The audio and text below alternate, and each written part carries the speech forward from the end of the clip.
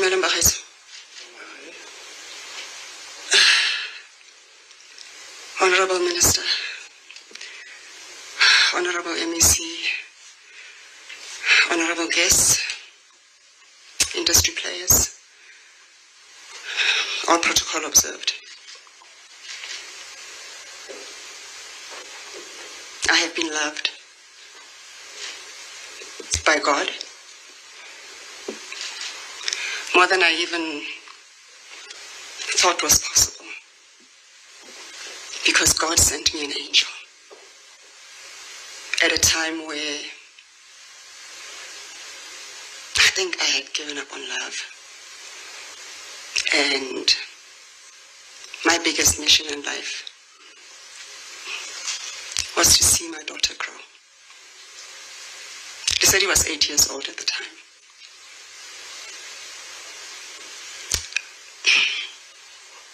One evening, very unexpectedly, very unannounced,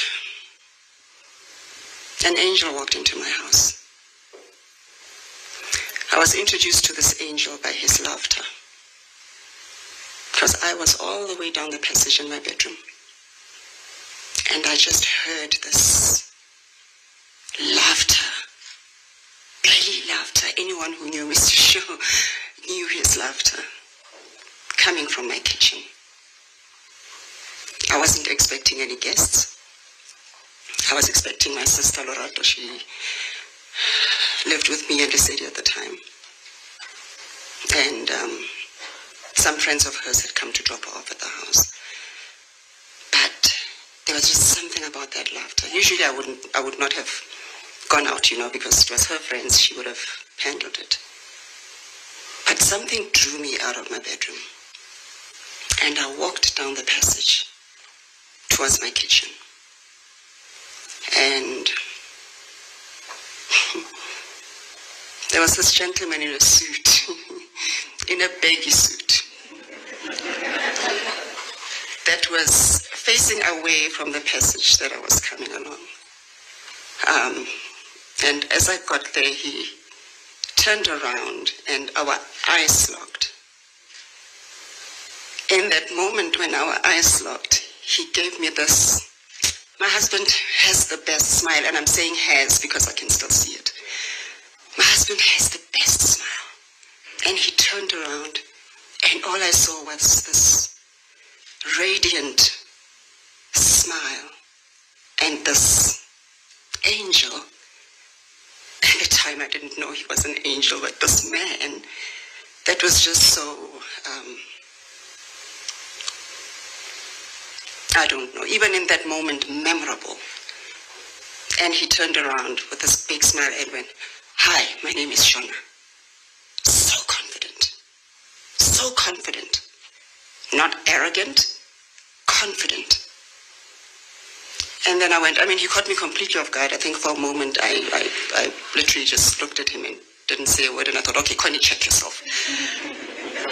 And I extended my hand and said, I'm Connie. And when I found out who was Botswana, then we just started naturally conversating, and the connection was immediate. So when he was in hospital, and we were still able to communicate, I came across a message on my laptop that said, "Give me my phone in the bag." Came across a message in my laptop that he sent to me.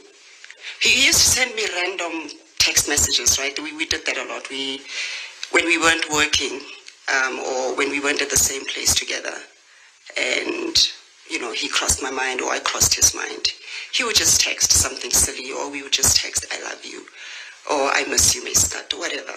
But we found a way to stay connected. So I want to read this message because I have to search under hubby, because that's how I'm shaking, but it's just because it's been a lot.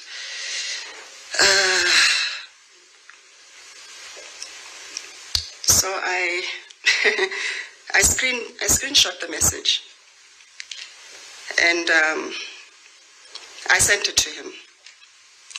So this text message was sent on the 22nd of April 2017 at 5 minutes to 12. And he said to me, I just remembered the first day we met. If you hadn't asked me for my phone number, if I had not kissed you on day 3, that weekend, I love you, baby, and it's just hearts, hearts, hearts. And then about it, and then did the fist bump, which was our thing, and a hug. And then I did 3 cry faces, and just because I wasn't expecting it, and said, you've just made my day. You should see the smile on my face, because every time I got a message from him, I just have this silly smile on my face, because he made me that happy. And then I reminded him that, by the way, I didn't ask for your number. I gave it to you. Miss you too, baby. I love you. And then he remembered, oh, yeah, you are right. I love you. But that's what God blessed me with, a life partner for 20 years. I thought we were going to have a lifetime together. But that wasn't to be. I'm not crying today. I'll probably cry later. I'll cry as the emotions well up. But today I choose to celebrate my husband. I choose to celebrate a giant. I don't know, you guys, you saw the show reel. My husband was a showman, right? Not a show off. He was a showman. He walked into a room and you felt his presence. He walked into a room and you felt God's presence. The first thing Shonas said to me when we were getting to know each other, actually the first time he went to my room, because now he wanted to see around the house, was, and my sister can testify to this, was, he said, what's under the bed? And I thought, what do you want under my bed? And he lifted my duvet cover, looked under the bed and said, oh, okay, no, uskunu, A lot of people hide dirt under the bed. So he was that person. He was immaculate. You walk around, you can still almost smell him. You can still see him. If you followed my husband on social media, you'll notice that he loved pictures. And it's almost been like a revelation to me that he was building memories for us. Because now we have all that. He's all over. He's everywhere. Everywhere we look, Shona is there. Which is why I'm still speaking of him in the presence. Because number one, he's here. In my heart, he's not going anywhere. There he will be engraved forever. In my heart, in my children's hearts, in our family's hearts. He'll be there forever. I miss him terribly in the physical. I think that's my biggest struggle.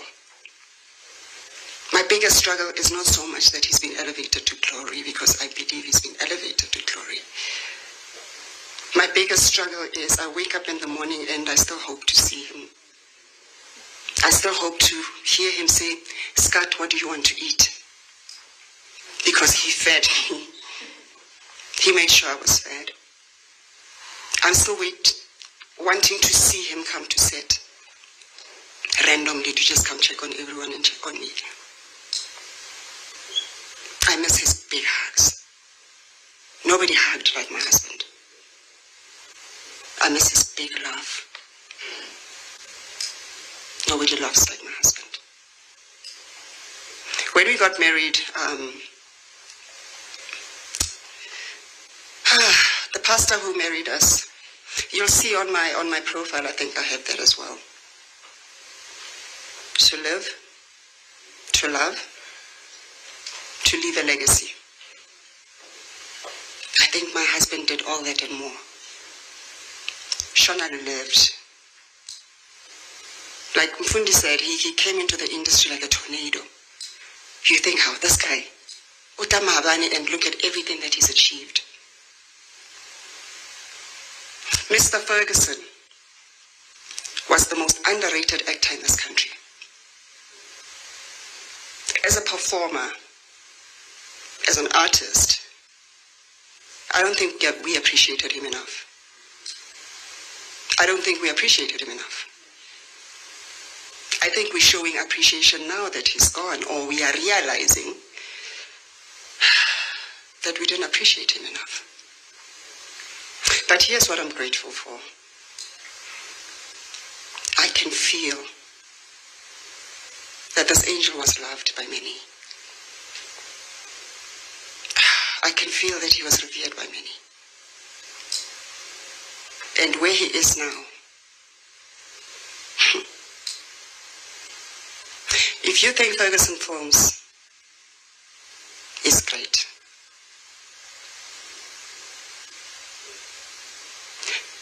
know that Ferguson Films is great.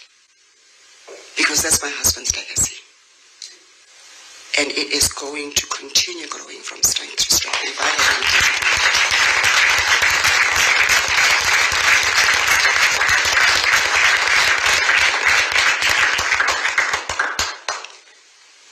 So to my Scott, Shababe, Melody, my love. I called him so many things. We called each other so many things. I thank God for you. I thank God for loving me so much that he gave me you for 20 years.